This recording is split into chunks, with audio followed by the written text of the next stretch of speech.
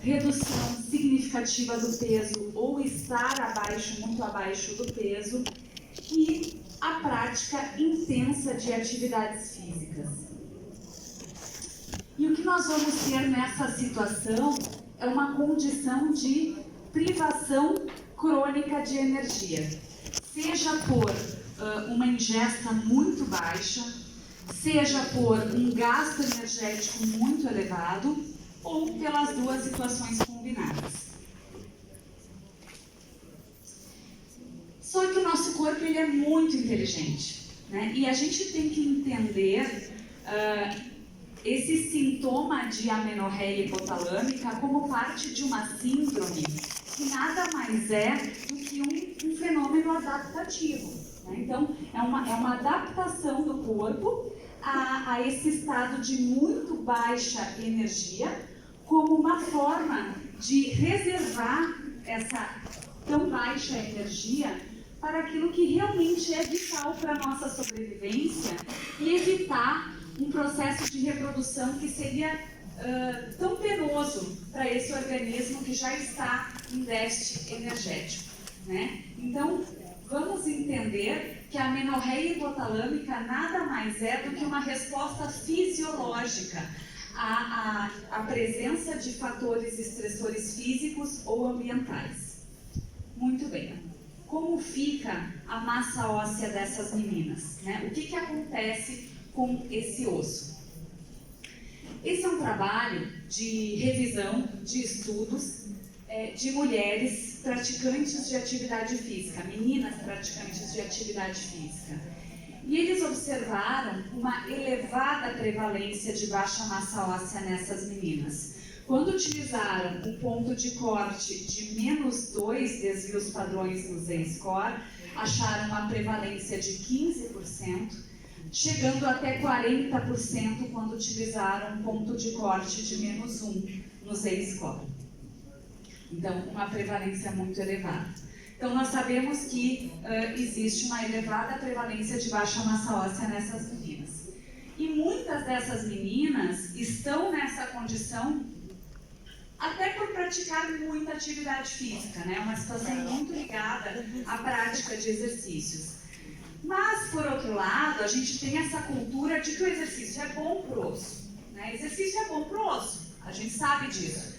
As pacientes, quando chegam com osteoporose, a gente manda praticar atividade física, né? Então, será que de alguma forma a atividade física pode proteger o osso ou ela é sempre ruim para o osso? Como que fica nessa situação, né? Esse é um trabalho de 2013 que comparou ginastas, né, que é considerado uma atividade física de elevado impacto, o que é bom para o osso, comparada a nadadoras, né, que é uma atividade física que não tem impacto nenhum, nem mesmo o peso do próprio corpo, então para o osso essa não é uma atividade física tão boa, e um grupo de controles, né? E eles observaram que as ginastas, elas tinham uma densidade mineral óssea areal, que é dada pela densitometria, melhor, né? Então, realmente, o exercício de alto impacto parece melhorar a densidade mineral óssea. Mas, será que isso é suficiente para prevenir fratura? Porque isso é uma outra questão. Esse é um trabalho bem recente, publicado no ano passado, e ele é bem interessante, porque ele comparou um grupo de meninas com anorexia, meninas atletas com peso normal e um grupo controle. E essas meninas foram avaliadas com densitometria, que nos dá uma medida de área óssea, e com PQCT, que é uma tomografia de alta resolução, que nos dá uma medida de volume ósseo, e osso trabecular e cortical é uma medida em 3 dimensões que é excelente para ver a massa óssea na adolescência. Então, aqui, olhando os dados da densidade mineral óssea areal, essas participantes com anorexia, elas tinham uma massa óssea muito pior, né? Mesmo comparado às atletas e principalmente comparado ao grupo controle, mas vejam que as meninas com anorexia tinham os piores Z-score. Quando olhamos os dados da tomografia de alta resolução, que é uma medida volumétrica do osso em 3 dimensões, nós vemos que tanto as meninas com anorexia quanto as atletas apresentavam piora do volume de osso cortical e trabecular quando comparado ao grupo controle. Então, nós sabemos que essas meninas com amenorreia hipotalâmica, independente da causa, elas têm uma piora da massa óssea, seja ela areal ou volumétrica. Mas ainda não temos a resposta. Isso aumenta a fratura ou não? Né? Que é o que nos interessa, esse é o desfecho duro. Aí, nesse mesmo artigo, nos trouxe uma resposta. Ele avaliou a presença de fraturas de estresse e fraturas de não estresse. Né? E eles observaram que, vendo o total de fraturas, né, independente se era de estresse ou não, a prevalência, a proporção de fratura foi muito parecida nas meninas com anorexia e nas meninas atletas. Porém, a proporção de meninas com fraturas de estresse foi muito maior nas atletas, enquanto as fraturas não de estresse predominaram as meninas com anorexia. Então, aqui um outro trabalho com dado similar, mostrando que as atletas que tinham disfunção menstrual apresentavam um aumento muito significativo nas fraturas de estresse quando comparado às atletas sem disfunção menstrual. Então, tentando responder essa pergunta, os esportes podem ajudar a prevenir a perda de massa óssea nessas meninas com amenorreia hipotalâmica? A minha resposta seria provavelmente não. Tá? Essas atividades, mesmo atividades de alto impacto, podem aumentar a densidade mineral óssea, porém, uma vez que esse exercício se associa à disfunção menstrual, isso parece estar relacionado a maior incidência de fraturas, principalmente fraturas de estresse. Então, o que parece ser o link aqui, que parece ser a conexão da amenorreia hipotalâmica com a baixa massa óssea e o maior risco de fratura é a disfunção menstrual. E aí, quais são os mecanismos que fazem essa conexão? Muitos mecanismos. É multifatorial, né? Nós temos aqui o eixo gonadotrófico, corticotrófico, eixo da tireoide, peptídeos gastrointestinais, adipocinas, mas claro que o grande vilão entre todos esses fatores é a falta de estradiol. Então nós vamos começar falando do estradiol. O estradiol, ele tem ação nas principais linhagens celulares do tecido ósseo. Ele consegue agir nos osteócitos, reduzindo a apoptose dessa célula que é muito importante para a comunicação do tecido ósseo. Ele também diminui a apoptose dos osteoblastos e diminui a diferenciação dos osteoclastos, que são as células que promovem a reabsorção óssea. E o resultado de tudo isso é uma redução do remodelamento e do turnover ósseo. E por isso que nós vamos ver nessa fase de puberdade em que as meninas começam a ter uma produção significativa de estradiol, um aumento de aproximadamente 60% da massa óssea. E isso muito relacionado com a produção de estradiol, que torna-se aqui o principal fator no ganho da massa óssea, perdendo apenas para os fatores genéticos que nós sabemos que vão aí a 60%, 70% da aquisição de massa óssea.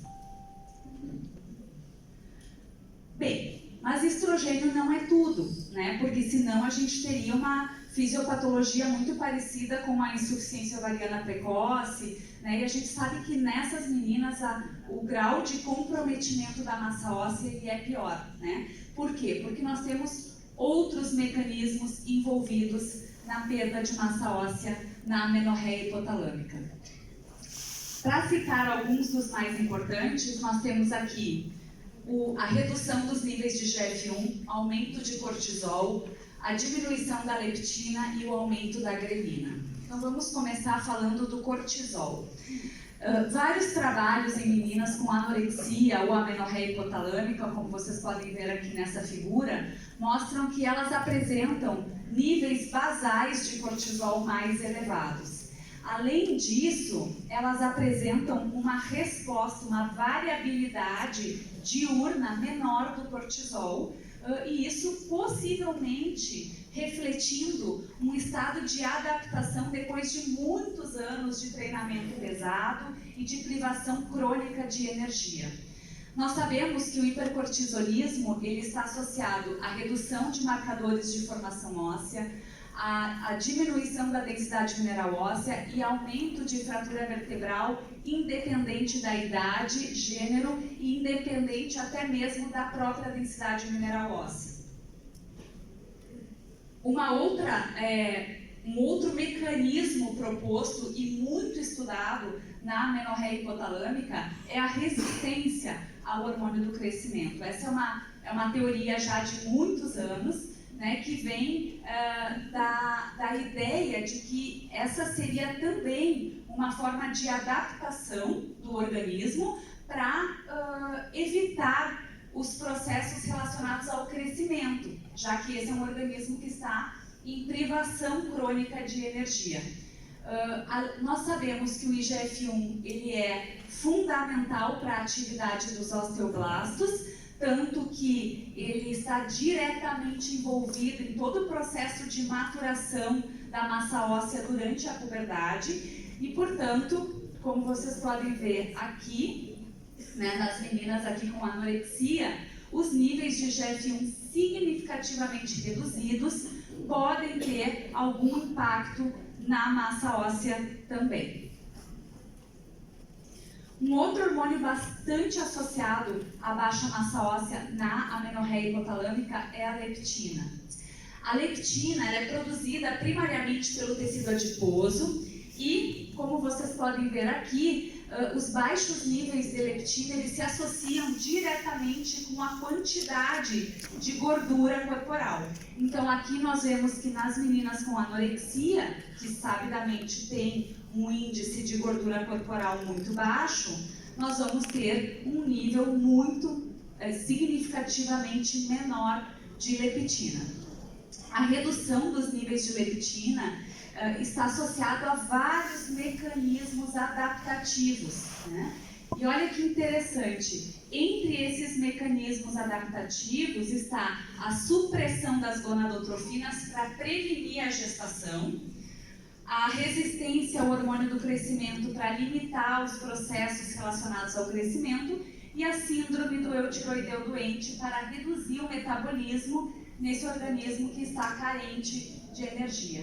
Então aqui, ilustrando todo esse fenômeno da leptina, da redução dos níveis de leptina, suprimindo todo o eixo gonadotrófico, levando à amenorreia e ao aumento da reabsorção óssea decorrente do hipoestrogenismo. Além disso, falam-se da ação de alguns peptídeos gastrointestinais que poderiam estar atuando para uma pior massa óssea nessas meninas. Entre eles, a insulina. A insulina é um promotor do crescimento celular, não só do osso, mas em vários tecidos.